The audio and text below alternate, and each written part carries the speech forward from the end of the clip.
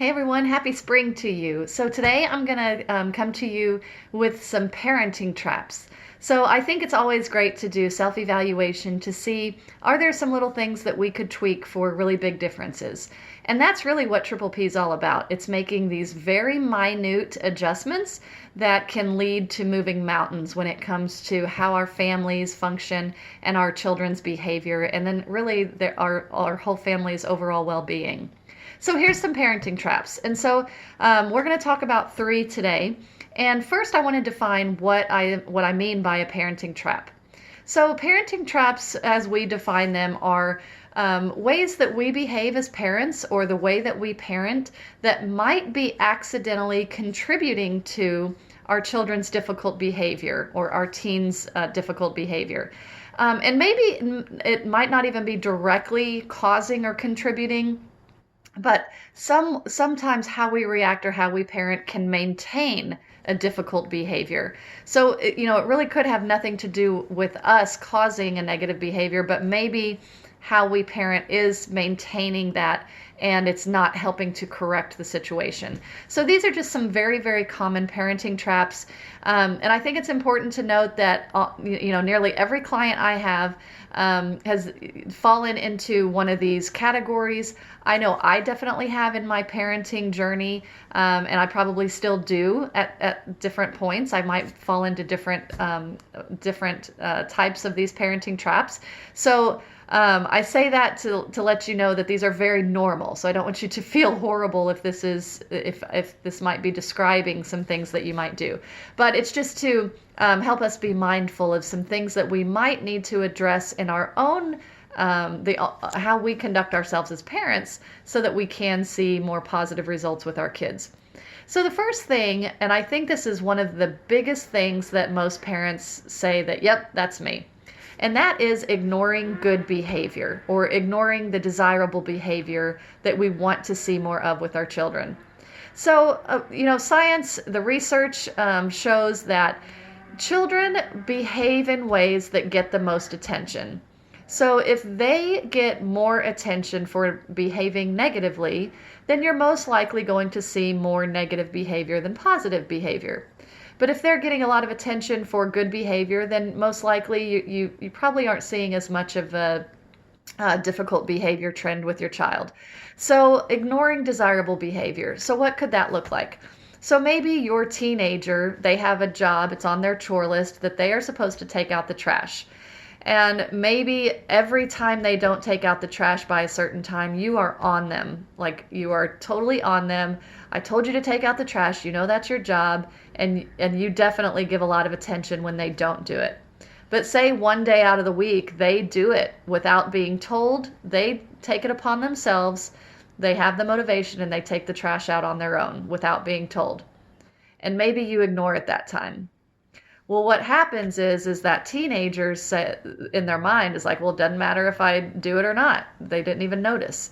So there's something that happens in the mind when we reinforce the good behavior. So on the flip side of that, what would have happened in that teen's mind if mom or dad said, wow, thanks for taking the trash out without even being told. I really appreciate that. What that does is that's going to reinforce that positive, desirable behavior, and you're most likely going to see it again, or at least more often. So that's all it is when you see a behavior that you want to see more of, praise that child, praise that teenager, acknowledge what they did, and acknowledge that you appreciate that on some level. Okay, so then there's what we model. So this can be a huge parenting trap as well. Some of the best intended parents can accidentally set this bar for their kid in how we model our lives, really. So think about what habits you have. Think about the relationships you have. And our children are very likely to mirror those relationships and those habits that we have. So if we are consumed with toxic relationships or very high stress relationships, if we continually allow people to treat us terribly, then it's not surprising if our kids choose those same types of peer relationships. Or think about how you talk to your child or how you talk to other people in the house. If it's if it's with compassion and caring, then most likely you're going to see a child that speaks that same way to their friends, and they choose relationships that are compassionate and caring. But if they live in a high critic, like a very highly critical family environment, or a lot of high stress, things like that, a lot of fighting, then it's very normal and feels natural for them to develop relationships or treat other people that same way, or even treat you that same way. It's just kind of a reciprocal thing that happens because that's the modeling that they received. So, and you can even think of habits, how you treat your own body, what you consume, how you speak, what you listen to, what you watch, all of these things, just how you go about your daily life is a modeling for your child. So it's very easy to expect that they'll probably mirror much of what you do, or how you make people feel, how you make your child feel. That is very much what they might reciprocate back to you or to other people. So that's one. A lot of times we don't realize how much our children are soaking in with what we model. It can even be driving, how we drive, what our attitude is when we drive. Our kids are picking that up. So that's a good one. Another trap is the perfect parent trap. So that's where you really strive to be that perfect parent. And the only difficulty with that is that there are no perfect parents. And so to set that bar for yourself, it can really lead you to feeling very disappointed when your child misbehaves or when you don't get it right. It typically creates higher stress level than a parent that does not worry about doing everything perfectly. So that can lead to overreactivity. It can lead to higher feelings of stress, anxiety, higher levels of depression if you're that parent that wants everything to be perfect or expects to parent perfectly. And then there's also the martyrdom trap. So the trap that everything you do fails. It doesn't matter. My kid hates me. My kid won't listen to me. This martyrdom trap, if you're on that end of the spectrum, that can also cause you to kind of have that giving up mentality.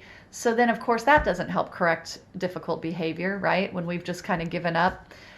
Or it can lead to those feelings of worthlessness as a parent, like you just can't get it right. So what that can do is get you into like a state of depression or feelings of those depression, to where you're harder on yourself than what you probably should be. And so then again, it kind of maintains the behavior because it kind of puts you in a stalemate where you're not doing anything to correct or change a situation. So as you can see, there's three main traps here that I'm talking about. There's a lot more traps that we can find ourselves in, but take a look at these. Could you pay more attention to desirable behavior that your child is exhibiting? Could you model more positive behavior or more positive attitude, more positive habits? Is there anything you would want to adjust there? And could you adjust, or do you feel like you need to adjust, maybe giving yourself some grace as a parent, realizing that, okay, I'm not going to get it right every time, and neither is my kid, and that's okay. And giving yourself and your child that grace to move forward in a positive way. Or are you in that martyrdom type of feeling where nothing you do works? And if that's the case, again, a lot of grace goes a long way. Giving yourself grace allows you to forgive yourself and try again. Maybe try something different. There's always a different way that we can go. So giving yourself that grace and forgiveness, and your child that grace and forgiveness, allows you to move forward in a more positive light.